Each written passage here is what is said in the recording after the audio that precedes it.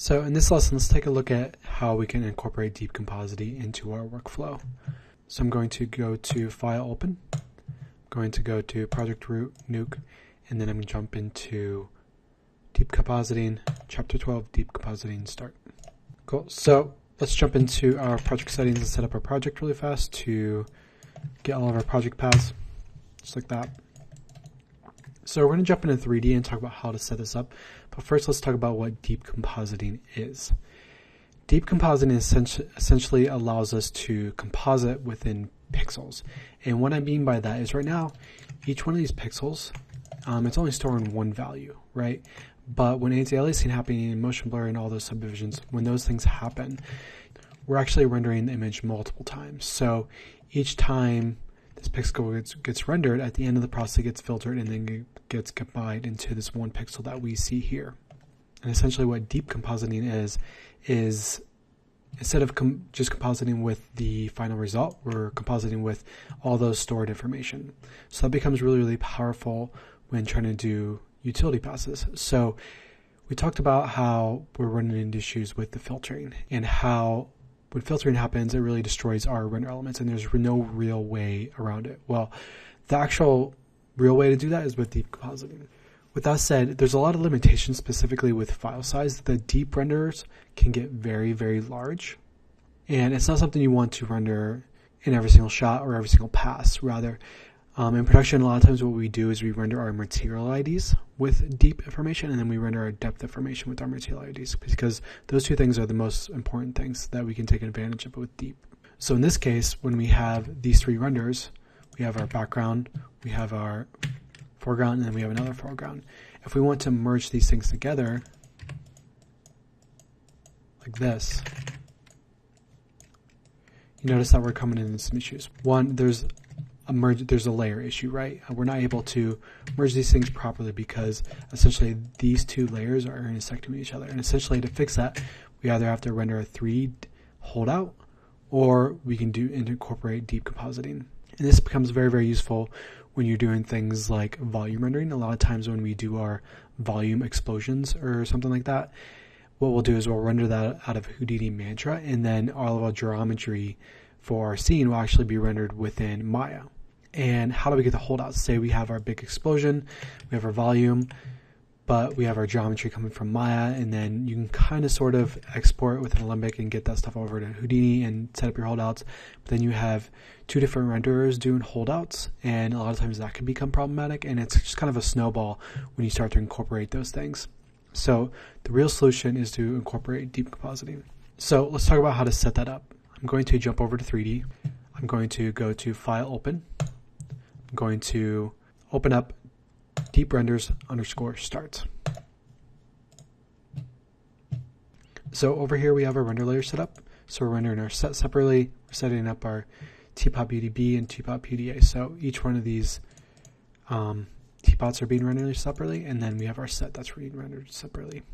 So the deep information gets really, really heavy. And if we just come in here and switch everything over to deep, essentially we're going to be rendering all our passes with that deep information, and that gets heavy very quickly. So the workflow is really just to render a new render layer that's essentially a mirror of the alphas of whatever we're rendering here. So if we're rendering a teapot beauty A, we'll also render a teapot A _ deep pass. And then we'll shut everything that we can, all the ray tracing, all the render elements, everything. And then we'll just store the deep information with there. And in this example, we're just going to talk about doing deep depth information, which is what you get for free within a deep EXR. So I'm going to leave this over to EXR multi-channel. And I'm going to create a template for our deep setting. So I'm going to create empty render layer, and we'll just call this deep template. So the settings that we want to do, image format, we'll switch this over to deep, EXR deep. And then we want to shut off as much ray tracing as possible. So we'll start in GI, we'll render layer override that, turn that off. We'll go over to overrides, we'll go into lighting, and we'll shut off our shadows. So there's no ray tracing there. And then we'll go to our materials and shut all of this off as well. So create render layer override on reflection, refraction, glossy effects, and subsurface scattering, and turn all of that off. And then we want to make sure we're not rendering all these render elements as well. So we'll right click, render layer override, enable disable all, which will shut all of that off. And then to control the quality of our deep information, what we're going to want to do is come down here to deep merge mode and switch it from render ID to by Z depth. And that'll just store the information better for when we do our deep merge. And to control the quality here, deep merge Z depth threshold. Essentially, the smaller the value here, so if we set this to 0.5, the quality of it's going to go up. The higher the value is, the lower the quality. With that said, the lower the value, the more information that's going to be stored in the DPXR, so the bigger the file sizes are going to be. So we'll leave that at 1 by default, and then if you ever see artifacting happening in your deep merge, just slowly go down on this like that. So now that we have our deep template render layer set up, all you have to do is duplicate it for each render layer that we have currently. So I'm going to duplicate it 3 different times. So 1, 2, and 3. And then we'll just rename this, each one. So tpotbda underscore deep. And then all we need is to have in this render layer is the alpha of whatever it is that we're rendering. So if tpotbda is just this with everything else primary visibility off, that's all we need to have in this layer. We're going to add our lights as well, just so we're triggering the same anti-aliasing settings. And then we'll just repeat that process for each render layer. So tpotbdb, copy and paste the name, underscore deep at the end of that. And then we'll add our tpotbdb, and then we'll add our lights. And then we'll take the last deep layer and add it in for our depth information for our set. So we'll have the set group and the lighting, and there we go. And now if we just give this a test render, we'll notice that this renders really, really quickly. Just like that. So no ray tracing at all going on in the scene, just information that we need to trigger the anti-aliasing, and then the depth information is going to get stored with the DPXR. So then feel free to batch render this out. I already have these set up within Nuke, so I'm going to skip this part and then just jump over to Nuke. So now we have our 3 beauty render layers that have been rendered with all the render elements, just like that, just like we've been doing. And then we have our 3 deep EXRs that have been rendered with the deep information. So to combine these, what I'm going to do is drop in a deep merge, just like that, and then just copy and paste that again to merge in our last teapot. And you can see now that we're actually getting merged based on depth. And if we look at these, you can see that all of the holdouts are coming in correctly. So we don't actually want to use this color information, we just want to use this to generate holdout mats. So what we're going to do is just drop in a couple deep recolor, just like that. And then if we drop in a constant, then what we're going to want to do is make one for red, green, and blue. So we're essentially making a RGB mat.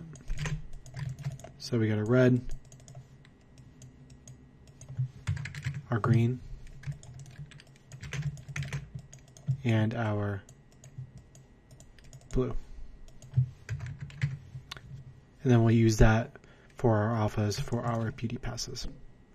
So to combine that, I'm just going to bring these guys down here. I'm going to unpremult these. So these come in with their own alpha, so we want to give them their new alpha that we just generated. We'll unpremultiply, and then we'll do divide all channels so that we're unpremultiplying all of the passes together. And then what we can do is take our green channel, so I'm going to drop in a shuffle copy, just like that. And you'll notice that we can't actually connect this tree to that tree because this tree is currently in deep mode, and this is just our normal traditional RGB. So what we'll want to do is drop in a deep to image, which will collapse this into a standard RGB tree. So now we can plug that in to this tree. So if I shuffle over the green channel into the alpha and then just do another premultiplication, you'll notice we get our new alpha. And we'll just want to premultiply all channels. So we'll copy and paste this, and we'll do this to the other teapot layer, just like that. But now we'll want to take the blue channel. So we'll shuffle copy the blue channel into the alpha, and then we'll take a look at what we're getting. So then all we got to do is merge these layers together.